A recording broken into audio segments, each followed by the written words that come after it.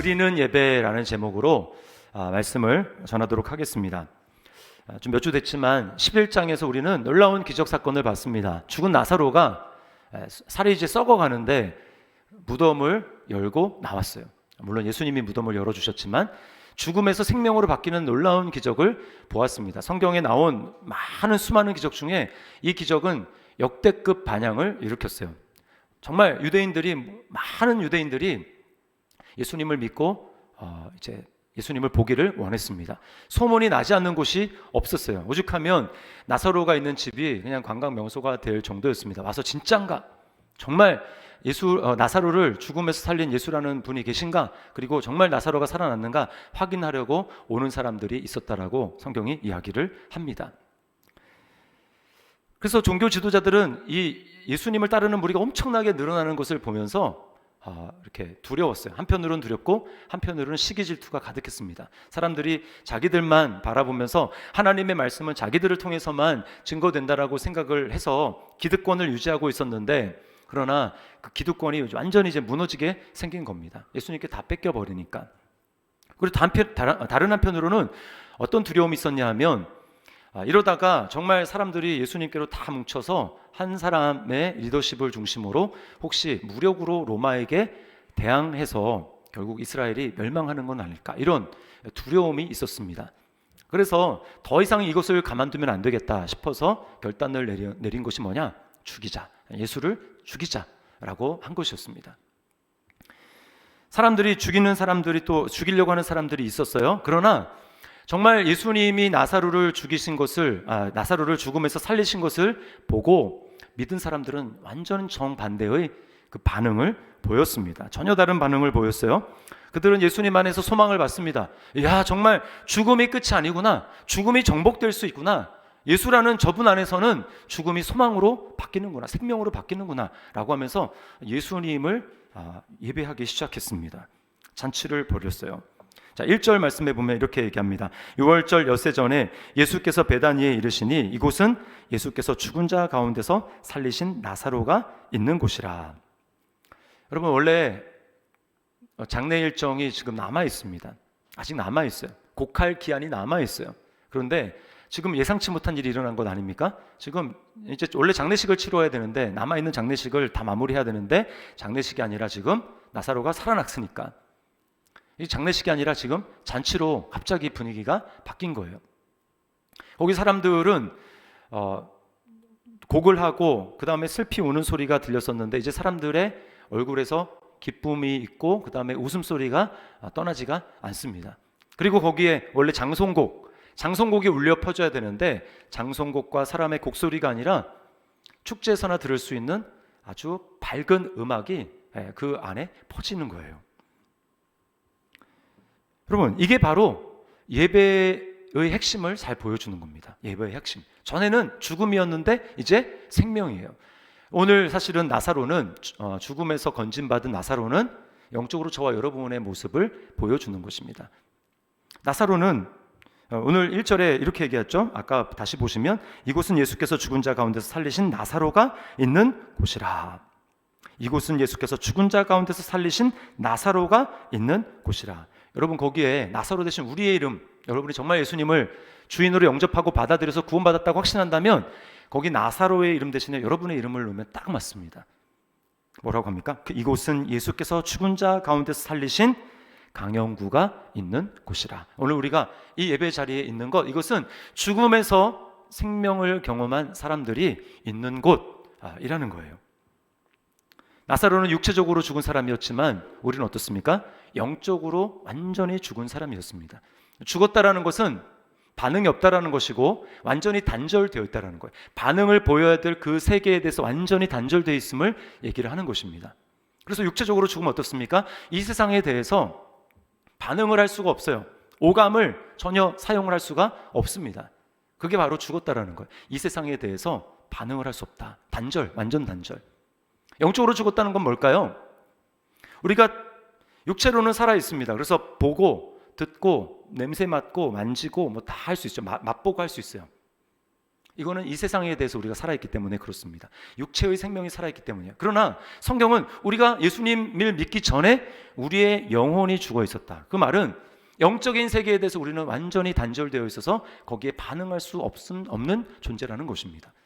하나님은 분명히 살아계시는데, 하나님은 분명히 우리에게 말씀하시는데 우리가 거기에 전혀 반응할 수 없는 거예요. 왜? 완전 단절이니까. 거기에 대해서 죽었으니까 아무런 반응을 할 수 없는 겁니다. 하나님이 불러도 들리지가 않는 거예요. 대답할 수가 없는 겁니다. 하나님은 우리에게 어떤 것을 요구하셔도 우리는 그것을 살아낼 수 있는 능력이 없는 거예요. 우리에게 그런 도덕적인 능력도 없습니다. 이게 영적으로 죽은 사람의 특징이에요. 그래서 에베소서 2장 1절에 세 번역으로 제가 읽어드리겠습니다. 이렇게 얘기합니다. 여러분도 전에는 허물과 죄로 죽었던 사람들입니다. 이건 육체적인 죽음이 아니라 영적으로 죽은 것을 말하는 거예요. 자, 이게 우리의 과거입니다. 우리 과거. 그러나 예수님을 믿은 사람들은 과거가 바뀌었죠. 그래서 뭐라고 얘기합니까? 5절에 세 번역에 우리 같이 한번 읽어보겠습니다. 시작. 범죄로 죽은 우리를 그리스도와 함께 살려주셨습니다. 여러분은 은혜로 구원을 얻었습니다. 아멘. 여러분, 나사로가 죽음에서 살아난 것처럼 저 여러분은 영적인 죽음에서, 영적인 세계를 볼 수 없고 단절된 것에서 우리는 살아났어요. 그래서 우리는 믿음으로 하나님을 봅니다. 믿음으로 하나님의 나라를 봅니다. 예수님이 말씀하셨죠. 거듭나지 아니하고는 하나님 나라를 볼 수 없느니라. 우리는 영혼의 눈으로, 믿음의 눈으로 하나님 나라를 봅니다. 이 세상이 전부가 아니라는 것을 압니다. 그리고 하나님의 마음을 느낍니다. 하나님의 음성을 듣습니다. 이게 거듭난 사람이 누리는 특징인 거예요. 여러분, 그러면 우리가 그렇게 살아난 사람들이라면, 정말 그렇게 믿는다면 우리가 해야 될 것은 뭘까요? 오늘 본문에 나온 사람들이 보인 반응과 똑같습니다. 그들은 잔치를 했어요. 잔치. 자, 2절을 보세요. 이렇게 얘기하죠. 거기서 예수를 위하여 잔치할세. 여러분, 이게 예배입니다. 그러므로 여러분, 예배는 의무가 아니에요. 오늘 벌써 일주일이 됐네. 벌써 오늘도 또 교회 가야 돼? 성경은 어디 있더라? 라고 하면서 억지로 만약 의무를 치르는 것처럼 그런 게 아니고요. 우리가 정말 내가 죽어 있었던 자였는데, 영적으로 하나님을 볼 수 없는 자, 하나님 나라를 소망할 수 없었던 자였는데 내가 예수님으로 말미암아 생명을 얻어서 이제 하나님 나라를 소망하며 하나님께 반응할 수 있는 존재가 됐구나. 야, 정말 놀랍다. 그러면서 기쁨의 잔치를 벌이는 곳이 예배입니다. 저는 우리 오늘 예배하는 여러분들 가운데 이런 잔치에 참여하는 사람들의 기쁨이 넘칠 수 있기를 주님의 이름으로 축원합니다. 그리고 더시티 사랑의 교회에 계속되는 예배가 하나님 앞에 이런 예배가 되기를 원합니다.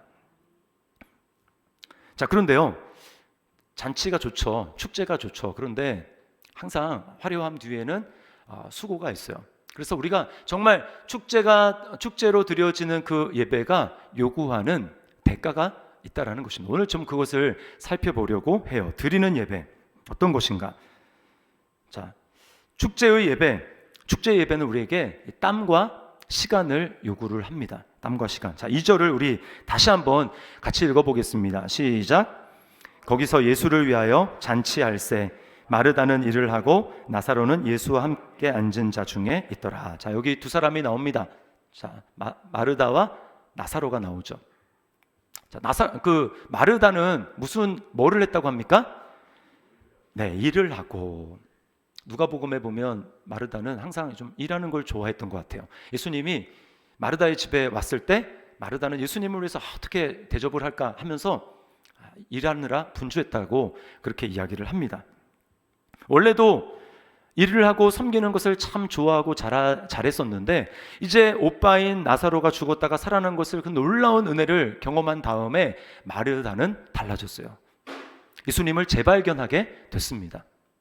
예수님이 하시는 말씀 전에는 그냥 흘려들었었는데 이제는 그 예수님이 하시는 말씀 한 말씀 한 말씀이 허투루 하는 말씀이 없구나.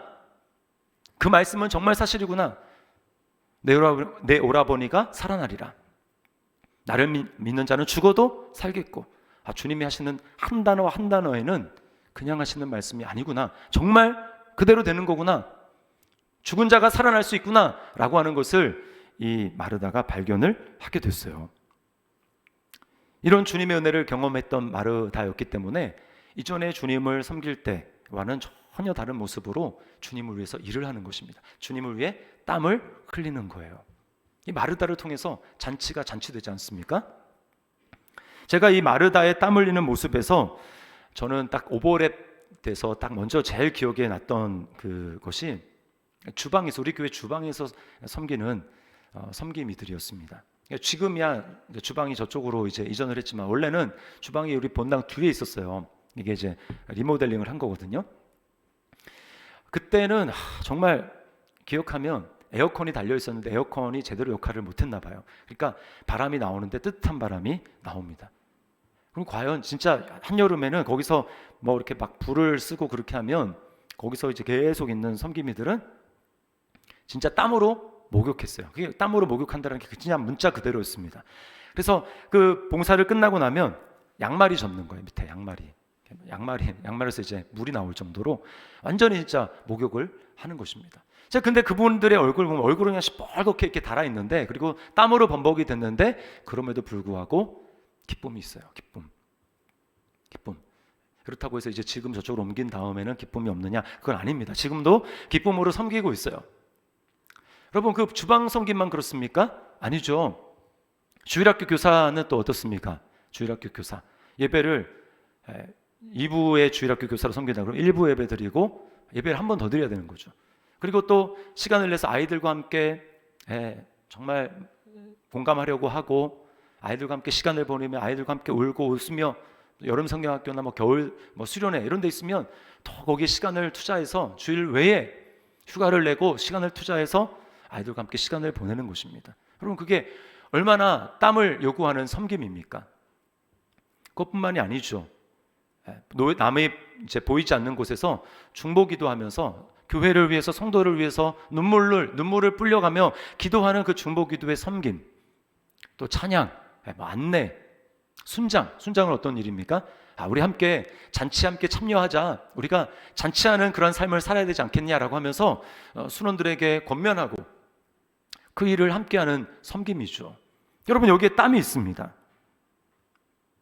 말씀을 듣는 중에 나한테 해당되는 건 하나도 없네, 어떡하지? 라고 하시는 분이 혹시 있을지도 모르겠는데, 여러분, 그런 분은 하셔야 될 일이 딱 하나 있어요. 그분은 잔치에 빠지지 말고 참여하는 것입니다.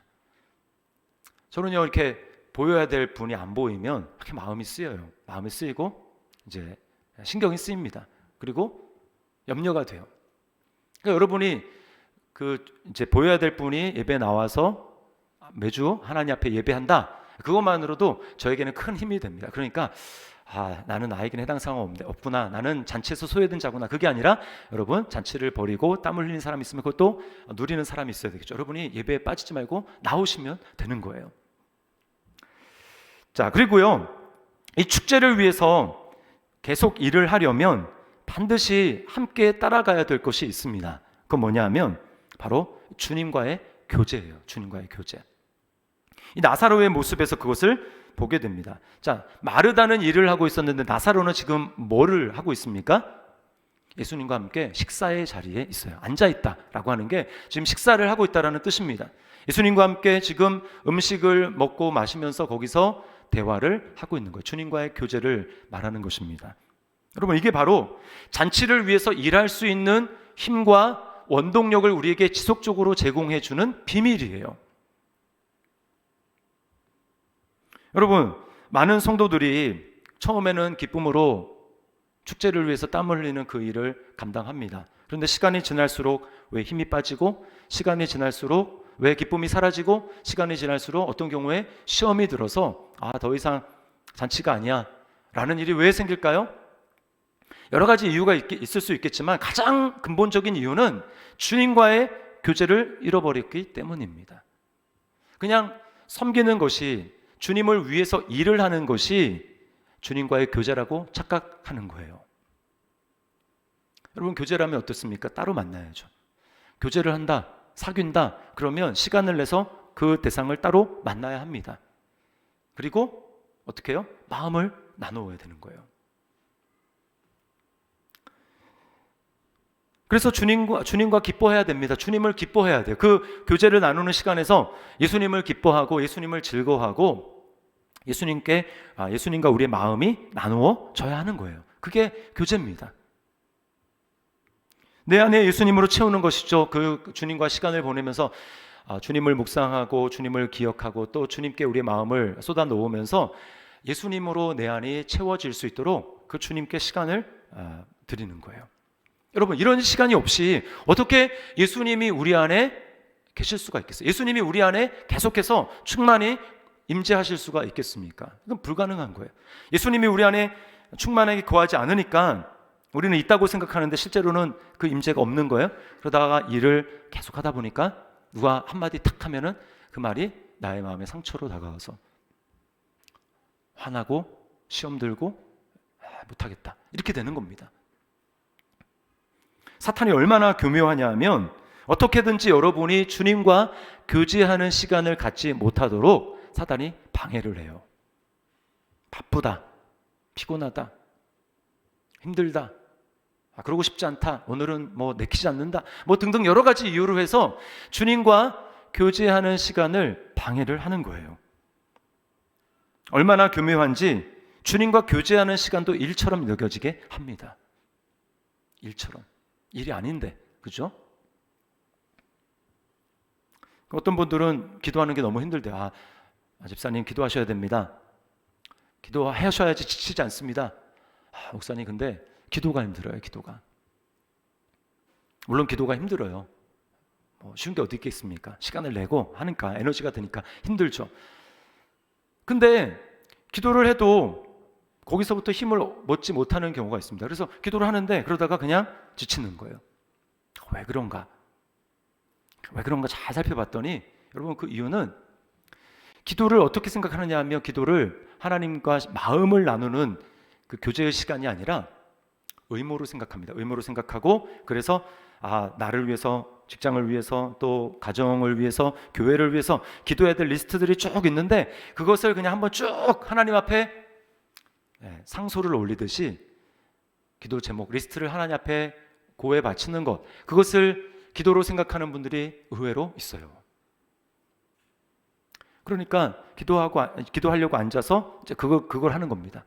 하나님 이렇게 해주시고 저렇게 해주시고 이렇게 해서 이렇게 한 10분, 20분 딱 했어요. 그럼 이제 기도가 끝난 거예요. 그러다 보니까 그 안에서 주님과의 마음이 나누어지지 않는 것입니다. 지금 내 마음은 힘들고 내 마음은 괴롭고 힘든데 그 마음이 주님께 나누어지지 않고 그냥 가족을 위해서 기도를 해야 되고 나를 위해서 기도해야 되고, 그래서 오늘 그래서 내 할 의무 리스트를 주님께 다 구해 바쳤어 라고 했는데 정작 우리의 마음은 해결이 되지 않는 거죠. 어디서부터 시작해야 됩니까? 지금 내가 힘들면 힘든 그대로, 내가 자격이 없다고 생각하면 자격 없는 그대로, 나가기 싫다 그러면 나가기 싫다는 거기서 시작해야 되는 거예요. 주님, 제가 지금 마음이 이렇습니다. 마음이 지금 힘듭니다. 이런 일로 지금 내 마음이 무겁습니다. 라고 지금 나의 현재에 있는 모습에서 시작을 하는 거예요. 그렇게 주님께 마음을 내놓고 내 마음이 지금 이렇습니다. 내 마음이 이렇게 괴롭습니다. 라고 하는 것을 주님 앞에 아뢰며 나아갈 때 여러분, 주님이 거기서 찾아오는 겁니다. 주님이 너 힘들구나. 너 힘드니까 내가 필요하겠구나. 그 주님의 은혜가 거기서 임하는 거예요. 주님 앞에 우리의 필요를 아뢰는 것은 그 다음입니다. 고 옥하는 목사님이 주님과의 교제를 나누는 부분에 대해서 이렇게 말씀을 하셨어요. 우리는 예수님을 믿는다는 것과 하나님과 만나서 마음을 나눈다는 것은 같은 말이 아니라는 사실을 알아야 한다. 종종 보면 분명히 그 집안의 자식인데 부모와 담을 쌓고 사는 아들이나 딸들이 있다. 잘못하면 하나님 아버지와 우리 사이가 그렇게 될 수 있다. 인격적인 교제란 부드럽고 자연스럽게 지속적으로 유지되어야 그 맛이 달고 즐거운 법이다. 하나님과 우리 자신과의 사이에도 이런 단맛이 있어야 한다. 여러분, 이런 단맛을 느끼고 있습니까? 주님과의 교제의 시간에 이런 단맛을 느껴야 돼요. 그래야 주님이 나에게 그런 은혜를 주시니까, 내 십자가에서 구원해 주신 주님의 은혜도 감사하지만 지금 힘든 나의 삶 가운데 오셔서 나를 위로해 주시고 나에게 힘을 주시는 그 주님의 은혜가 매일매일 감사해서 우리가 주님을 더 사랑하게 되는 거예요. 우리 자신에게 한번 질문해 봅시다. 자신의 모습을 한번 돌이켜 봅시다. 여러분은 주님을 위해, 잔치를 위해 일하는 자로 참여하고 있습니까? 그리고 그 일이 지속될 수 있도록 하기 위해서 주님과 만나서 교제하는 그 시간을 여러분 정말 지속적으로 잘 갖고 있습니까? 이걸 놓치면 우리는 잔치를 잃어버리게 되는 거예요. 자, 근데 주님은 우리에게 더 깊은 것을 요구합니다. 더 깊은 데로 오라고 요구를 하십니다. 자, 그건 뭐냐? 축제 예배는 바로 나의 가장 귀한 것을 드리는 것입니다. 이게 바로 오늘의 하이라이트, 바로 마리아의 모습이었어요. 마리아는 자신에게 있는 가장 귀한 것, 3절에 보니까 향유 한 근이라고 합니다. 나드 한 근, 그것을 주님께 바쳤어요. 한 근이라는 것은 한 300g 좀 넘는 겁니다. 그러니까 요즘으로 하면 아주 비싼 향수, 그런 거예요. 향수. 근데 이 가격이 얼마냐? 300데나리온이라고 하는데 이거는 300일치의 품삯입니다. 노동자의 300일치의 품삯. 오늘날로 하면 연봉이에요. 연봉. 1년치 연봉. 여러분의 1년치 연봉이 얼마나 됩니까? 전 잘 몰라요. 그러나 자기는 아시죠? 한번 생각해 보세요. 1년치 연봉을 그냥 한 방에 팍 깨트려가지고 주님께 드렸어요. 여러분 그렇게 하실 수 있습니까? 아니, 자산이 좀 많이 있다면 그렇게 하실 수 있는 분도 있을 거예요. 연예인들 또 뭐 기업 대기업 회장 하면 뭐 대기업 회장 하면 뭐 기부할 때 뭐 몇 억 이렇게 하는 거 우리가 이제 뉴스에서 보지 않습니까? 하나님께도 그렇게 할 수 있어요. 그냥 기부하듯이, 하나님께 기부하듯이, 뭐 내가 많이 있으니까 내가 뭐 하나님 앞에 기부하는 마음으로 하지, 할 수 있습니다. 그런데요, 마르다는 그런 마음으로 드리지 않았어요. 마르다는 내가 이렇게 큰 것을 드리니까 내가 얼마나 대단한 존재냐, 자신을 높이고 자신을 자랑하려는 마음이 전혀 없었습니다. 자, 잘 생각해 보세요. 마리아는 향유를 다른 데 보면은 이제 예수님 머리에 부었다고 하는데 오늘 본문에는 예수님의 발에 부었어요. 발에 그 예수님의 향유를, 그 비싼 향유를 부었습니다. 뿐만 아니고요, 자신의 머리털로 예수님의 그 향유로 적셔진 예수님의 발을 닦기 시작합니다. 발과 머리카락, 이거 완전한 대조예요. 여러분, 발은 사람의 신체 부위에서 제일 밑에 있고 제일 더럽습니다.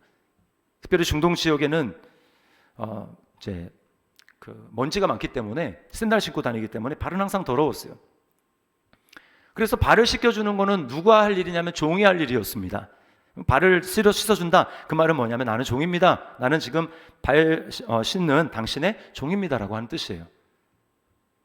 그리고 마리아는 지금 뭘로 씻고 있습니까? 자기 머리털로 씻고 있죠. 머리카락은 사람 중에 제일 꼭대기 있는 거 아닙니까? 그리고 여성에게 머리카락은 그 자체로서 자존심이고 여성의 영광과 같은 거예요. 이 당시에는. 근데 그거를 엎드려서 발을 머리카락으로 닦고 있는 마리아의 모습을 한번 생각을 해보십시오. 그 엄청난 향유를 주님 앞에 쏟아드렸음에도 불구하고 자신을 전혀 내세우지 않고 나는 이만큼 헌신한 사람이야 자랑하는 것이 아니라 오히려 낮아지고 겸손해서 주님의 발을 자신의 머리카락으로 닦고 있는 마리아의 모습. 주님이 이 마리아의 모습에 감동을 하셨어요. 감동. 그래서 공간복음서에 보면요, 이 장소랑 인물 세팅은 조금 다르지만 똑같이 향유를 부은 그 여인에 대해서 예수님이 뭐라고 말씀하시냐면 이렇게 말씀합니다. 온 천하에 복음이 전파되는 곳마다 이 여자가 행한 일도 말하여 여인을 기억하리라. 여러분, 예수님이 돈을 밝히는 분일까요? 이 정도 1년치 연봉되는 거를 예수님께 드려야 예수님이 그 사람의 이름을 기억하고 그 이름이 대대에 기억되리라.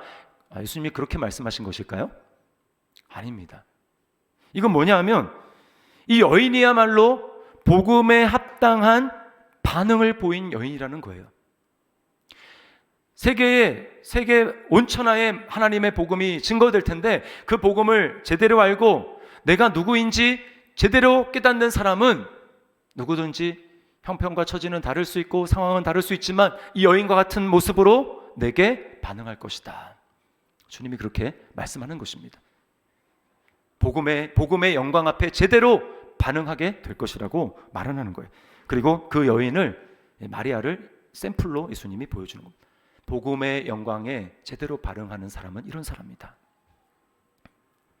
여러분, 왜 우리는 마리아는 이렇게 드리는데 우리는 그 복음에 제대로 반응하지 못할 때가 많을까요? 그 이유는 나야말로 복음이 얼마나 필요한 사람이라는 것을, 그렇게 복음이 필요한 죄인이라는 사실을 제대로 깨닫지 못하기 때문입니다. 가룟 유다를 보세요. 이 마리아랑 정반대입니다. 예수님은 마리아를 칭찬하셨는데 가룟 유다는 오히려 비난합니다. 아니, 이렇게 비싼 것을 가난한 사람 팔아가지고 가난한 사람 도와줘야지 왜 이렇게 쏟아버리고 허비를 해, 낭비를 해, 지금 이렇게 비난하고 책망을 하고 있어요.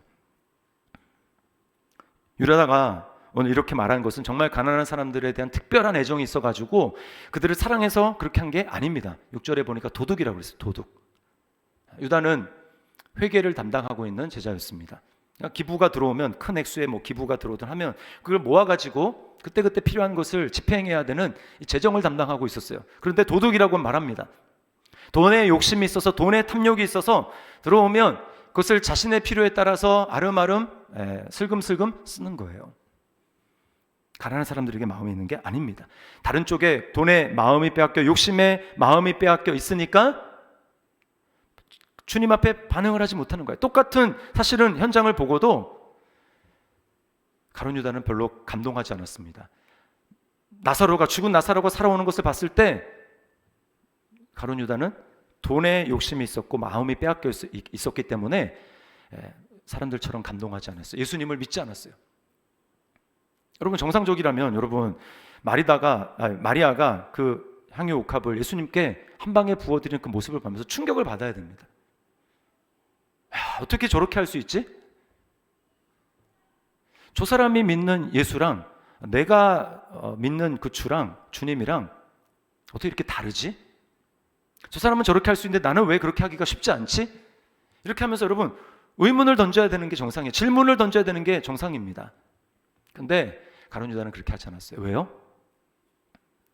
여러분, 이 부분에 대해서 누가복음 7장에 보면 이제 비슷한 장면이 나오는데요. 그때는 이제 여인의 이름 나오지 않는데 그 잔치를 배설하고 예수님을 초청한 그 사람의 이름이 바리새인 시몬이라고 하는 사람이 나옵니다. 바리새인 시몬.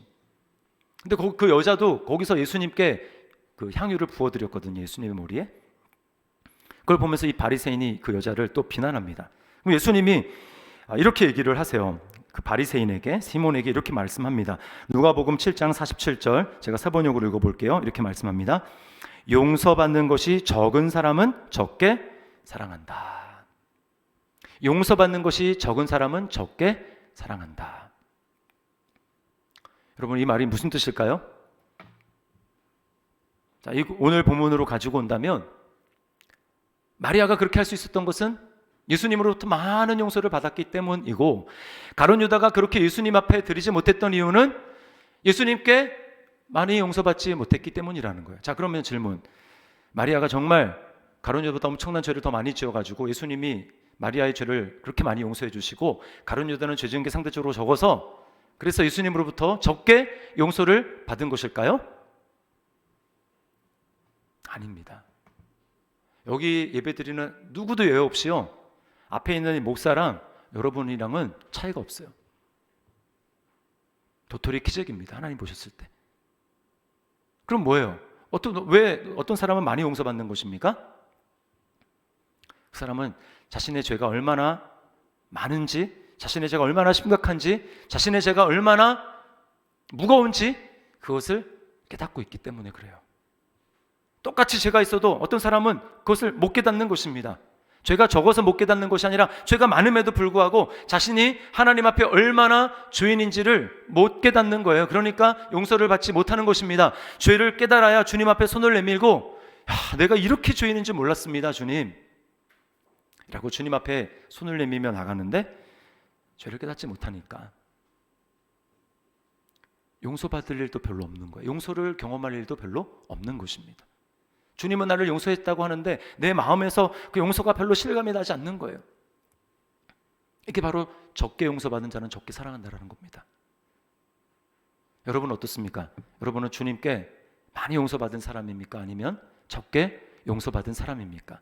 많이 용서받았기 때문에 주님을 사랑하기 때문에 마리아처럼 주님께 드릴 수 있는 사람입니까? 아니면 나는 적게 용서받았고 그래서 주님을 적게 사랑하기 때문에 주님께 적게밖에 드릴 수 없는 그런 사람입니까? 저는 모태신앙이에요. 그리고 제가 여러 번 말씀을 드렸지만 아버지가 목사님입니다. 그러니까 어렸을 때부터 얼마나 많이 드렸겠어요. 모든 인간은 다 죄인이다. 그 죄인이라는 말을 엄청나게 많이 들었어요. 그런데 제가 많이 들은 것이 제가 죄인이라는 것을 인정하게 되지 않더라고요. 저는 그 많이 들었지만 제가 실제로 그렇게 심각한 죄인이라고 별로 생각하지 않았어요. 제가 다른 사람보다 낮게 생각이 됐거든요. 내가 양심에 좀 더 민감하고 도덕 지수도 감수성도 더 높고 그렇게 생각을 했어요. 그런데 그러다 보니까 교회에서 목사님들이 설교를 하고 예수님이 날 사랑하시고 그렇게 하는데 다른 사람들은 반응해서 막 눈물을 흘리고 그렇게 하는데 저는 그게 별로 감동으로 다가오지 않았습니다. 왜요? 내가 별로 그렇게 막 대단한 죄인이라고 실제로 여겨지지 않았거든요. 심각한 죄인이라고, 진짜 죽을 죄인이라고 그렇게 여겨지지 않았어요.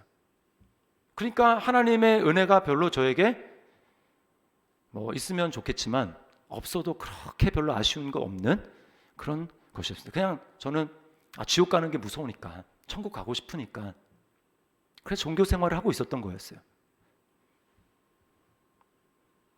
그런데 이제 제가 목사가 돼야 되고 그 길을 걸어가는데 이건 심각한 문제잖아요. 제가 이 문제를 깨닫게 된 겁니다. 나의 문제는 바울 사도가 진짜 죄인의 괴수라서 그 인간은 정말 죽을 인간이어서 그렇게 이야기한 게 아니라 정말 그는 자신이 하나님 앞에 엄청난 죄인이라는 걸 은혜로 깨달은 거구나. 그 깊이를, 엄청난 그 죄의 깊이를 깨달은 거구나. 제가 하나님 앞에 그때부터 기도하기 시작했습니다. 하나님, 제가 죄인인 것을 제가 리얼하게 깨달을 수 있도록, 제가 느낄 수 있도록 하나님 은혜를 주십시오. 그렇게 기도했어요. 전에는 방언을 못하기 때문에 방언을 하게 달라고 기도하고 다른 가지 기도했는데 제가 정신을 차고 보니까 정말 기도해야 될 게 따로 있다는 것을 알게 됐습니다. 그래서 제가 기도했어요. 여러분, 하나님이 기도를 응답하시겠습니까? 하셨겠습니까? 안 하셨겠습니까? 어떻게 하세요? 여러분, 그런 기도는 반드시, 그런 기도는 100% 응답이 됩니다. 제가 너무 잘 보이는 거예요. 제가 너무 잘 보여요. 제가 얼마나 고집이 세고 그 다음에 자기중심적이고 저한테는 너그럽고 다른 사람한테는 엄격한 잣대를 들이대는지 저는 몰랐어요. 근데 제가 그러고 있더라고요. 전에는 성경을 읽을 때 정말 힘들었던 구절 중에 하나가 뭐냐면 빌립보서 2장에 나보다 남을 낫게 여기고 라고 하는 말씀이었어요. 나보다 남을 낫게 여겨라. 특정 누군가는 좀 할 수 있을 것 같아요. 근데 안 되는 사람이 있는 거예요. 아니, 객관적으로 봐도 아무리 내가 속으로 좀 몇 수 접고 들어가더라도 나보다 못한 것 같은데 나보다 낫게 여기라니 이게 어떻게 가능한 일인가? 마음이 막 불편했거든요. 근데 제가 저의 죄를 깨닫기 시작하고 정말 더 깊이 들어갈수록 그게 되더라고요. 정말 나보다 낫구나. 그렇게 되자 변화가 찾아오는데 뭔지 아십니까? 주님의 은혜가 감격으로 다가오는 거예요. 이렇게 겉과 속이 다르고 잘난 척하고 자기 잘난 척 속으로는 아닌데 겉으로는 아닌데 속으로는 굉장히 교만하고 있는 나 같은 자를 위해서 주님이 은혜를 베푸셨구나. 나를 주님이 사랑하신다. 나는 나 같은 사람, 속내를 보이는 사람을 내가 다 안다면 그 사람을 사랑할 수 있을까?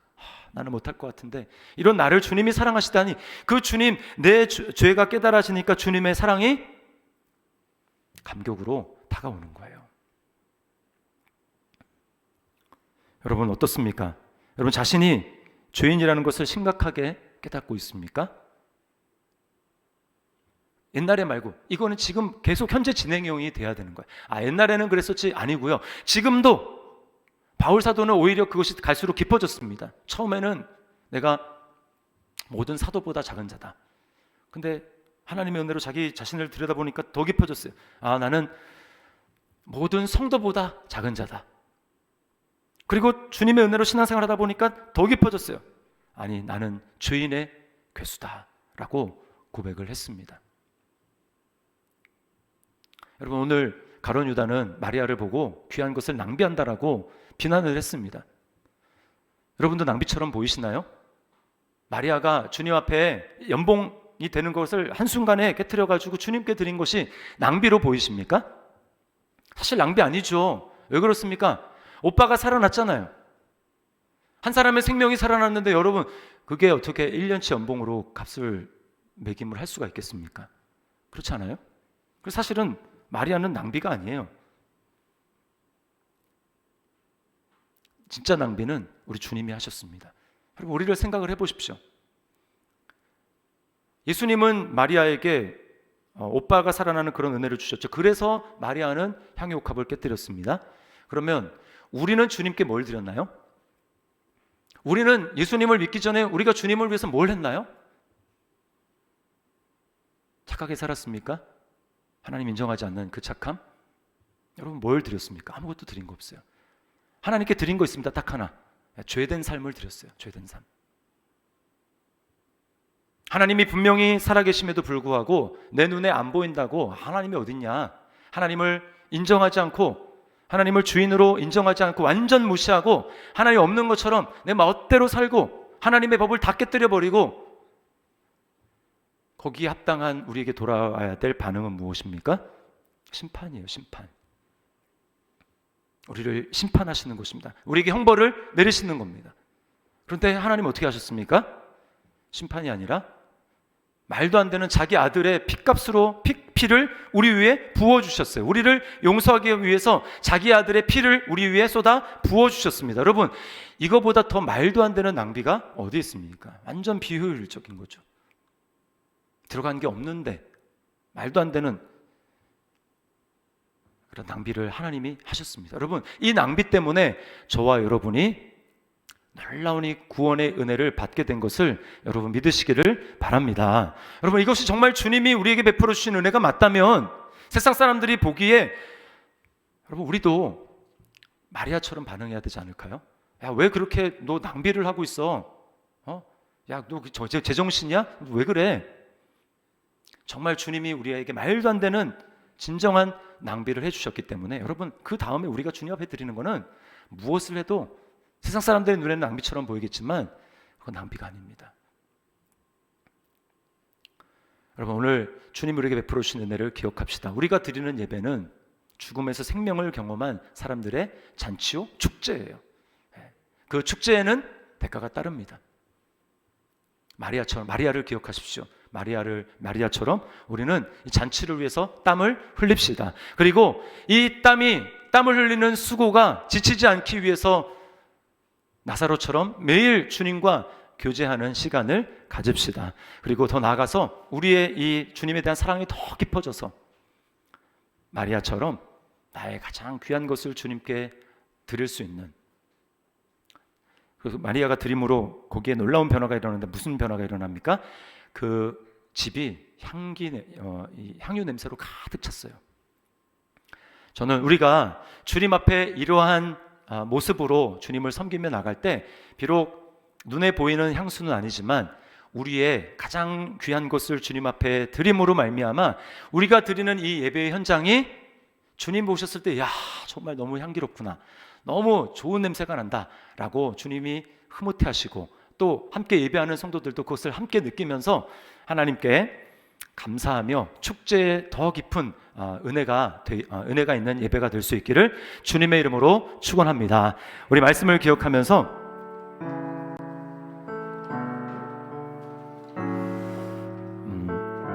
내게 있는 향유옥합 주께 가져와, 이 찬양 우리 하나님 앞에 드렸으면 좋겠어요. 우리가 솔직히 말씀 앞에 나 자신의 모습을 비춰보면서 나는 어떤 모습인가, 보면서 주님, 제가 주님을 사랑하기 때문에 마리아처럼 귀한 것을 주님 앞에 드리는 그러한 반응을 할 수 있는 자가 되기를 원합니다. 우리 이런 마음 가지고 우리 이 찬양 하나님 앞에 드리며 나가겠습니다.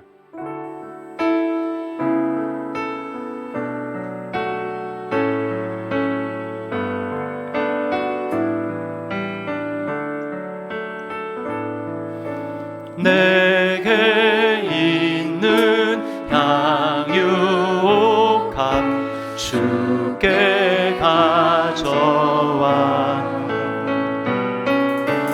그 발 위에 입 맞추고 깨뜨립니다.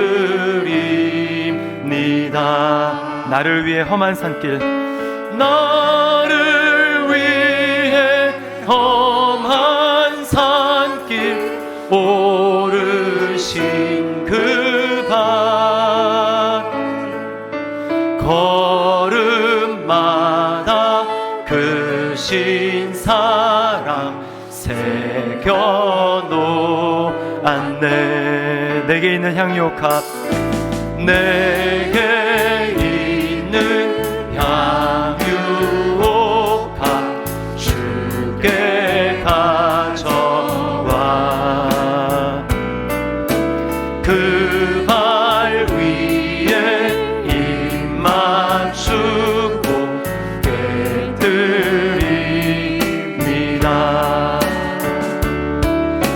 나를 위해 십자가에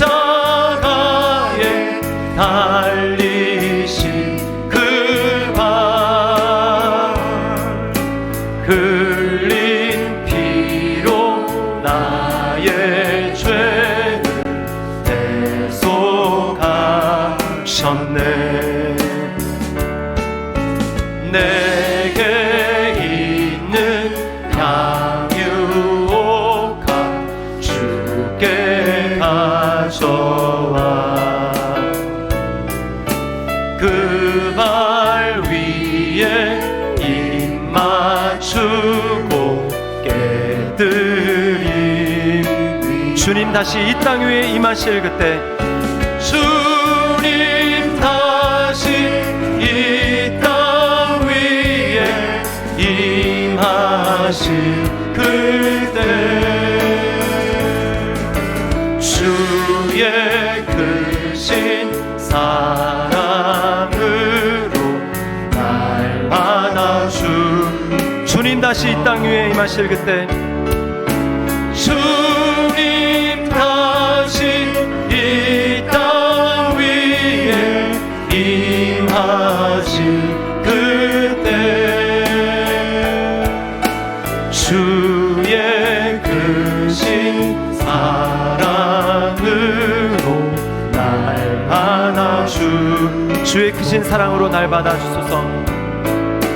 주의 크신 사랑으로 날 받아주소서. 아무도 예배하지 않는, 아무도 예배하지 않는 그곳에서 주를 예배하리라. 아무도 찬양하지 않는 그곳에서 나 주를 찬양하리라. 아무도 헌신하지 않는, 아무도 헌신하지 않는 그곳에서 주께 헌신하리라. 누구도 증거하지 않는 그곳에서 나 주를 증거하리라. 아멘. 내가 밟는 모든 땅, 내가 밟는 모든 땅 주를 예배하게 하소서. 주의 보혈로 덮어지게 하소서. 내가 선 이곳 주의 거룩한 곳 되게 하소서. 주의 향기로 물들이소서. 내가 밟는 모든 땅, 내가 밟는 모든 땅, 주를 예배하게 하소서. 주의 보혈로 덮어지게 하소서. 내가 선 이곳 주의 거룩한 곳 되게 하소서. 주의 향기로, 주의 향기로 물들이소서. 다시 한번 고백합니다. 내가 밟는 모든 땅, 내가 밟는 모든 땅, 주를 예배하게 하소서. 주의 보혈로 덮어지게 하소서. 내가 선 이곳 주의 거룩한 곳 되게 하소서. 주의 향기로 물들이소서. 우리 말씀을 기억하면서 우리 하나님 앞에 기도하겠습니다. 여러분, 정말 죽음에서 건진받아 죽음에서 구원받은 나사로가 맞습니까? 여러분, 정말 그렇다면 우리가 주님 앞에 해야 될 반응은 오늘 나사로의 집에 있었던 그 사람들의 모습입니다. 그 놀라운 사랑을 받았다면, 그것이 나에게 정말 현실로 일어났다면, 내가 정말 죽을 사람인데 생명을 얻었다면, 우리가 주님 앞에 드리는 것을 정말 많다, 너무한다 이렇게 말할 수 있을까요?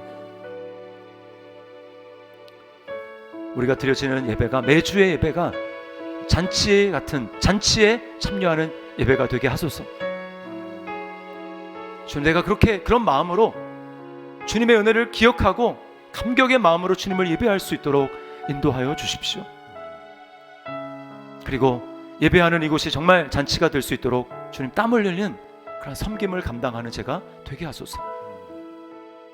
섬기다 지치지 않기 위해서 날마다 주님 앞에 시간을 들이며 나사로처럼 교제하며 그 교제하는 것에 최우선순위를 두며 살아가는 제가 되게 하여 주십시오.